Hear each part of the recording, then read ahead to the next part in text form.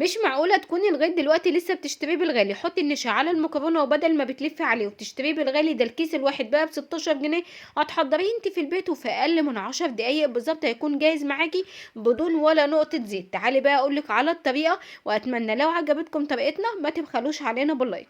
واول حاجة انا هجيب حلة وهنزل فيها برتل كامل من المية، مية عادية من الحنفية، هرفعها على النار. واول ما المية هتبدأ تدخل معايا في غليان هبدأ انزل بمعلقة صغيرة من الملح. وفي المرحلة دي ما نضيفش ولا نقطة زيت، ودي خطوة مهمة جدا عشان نجاح وصفتنا.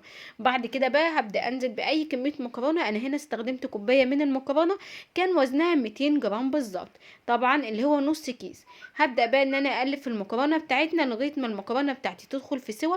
انا عاوزة اسوي المكرونة تسوية كاملة، مش 3/4 سوا ولا نص سوا.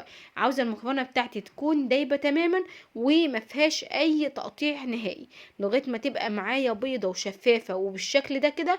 هبدا ان انا اصفيها واقلبها كده عشان مش عاوزاها تمسك في بعضها. بعد كده هنبدا ان احنا نجيب طبق، وهبدا انزل فيه بمعلقتين 2 من النشا او الكورن فلاور، وكمان هنزل ب4 معالق كبار من الدقيق او الطحين. بعد ما هنزل بقى بالدقيق والنشا، طبعا احنا ممكن نتبل باي توابل. لو انت عندك التوابل اللي هي بتيجي جاهزه من عند العطار هتضيفيها. انا ما كانش عندي التوابل دي فضفت كده نص معلقه من الكركم، وهبدا ان انا اضيف كمان نص معلقه، وكمان ضفت كده مكعبين 2 من مرق الدجاج. طبعا انت ممكن تستغني عن مرق الدجاج وتضيفي اي نكهه انت حابه تضيفيها. تمام اوي كده. اخلط بقى كل المكونات الجافه مع بعضها كويس جدا، وضفت كمان نص معلقه من الكركم تاني علشان تعزز معايا اللون وكمان الطعم يكون مميز. بعد ما قلبت بقى كل المكونات الجافه دي هبدا اجيب المكرونه بتاعتي وكميه كميه كده، وابدا ان انا اغلفها بالخليط بتاع الدقيق والنشا والتوابل بتاعتنا اللي احنا حضرناها.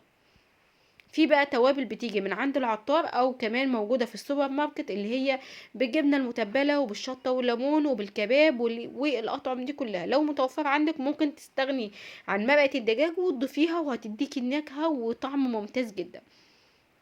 هبدأ بقى ان انا اغلف المكرونة بالدقيق كويس قوي مرة واتنين، وبعد كده هبدأ بقى ان انا اجيب المصفى واصفيه من الدقيق كويس قوي.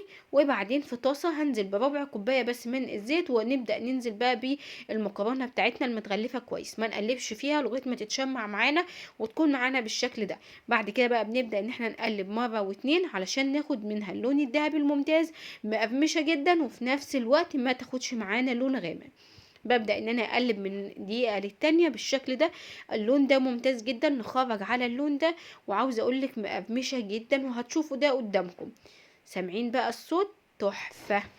الله اكبر. طبعا دي كانت نص الكمية بالظبط، انا كنت عاملة نص كيس يعني 200 جرام، كانوا عاملين معايا كوباية كبيرة.